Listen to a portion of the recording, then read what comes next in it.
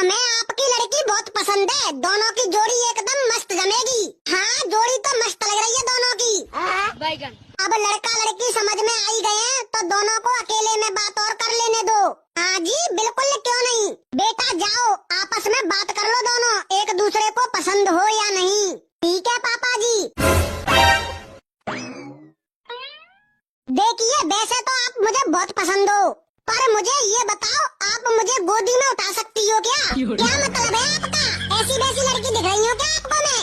अरे आप तो गुस्सा हो रही हो, एक बार उठाओ तो सही प्लीज। ठीक है। शाबाश बेटा। मम्मी।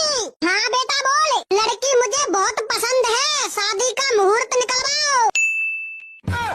वाह मेरी जान, इसी वजह से तुझ पर फिदा हुआ था मैं। हे प्रभु, हे प्रभु। चुप कर बेबड़े, रोज रोज मूत पीने के काहे आ जाता है? मेरी तो जिंदगी खराब करके रख दी था आदमी ने। हे भगवान, ये मैं कहाँ फंस गई?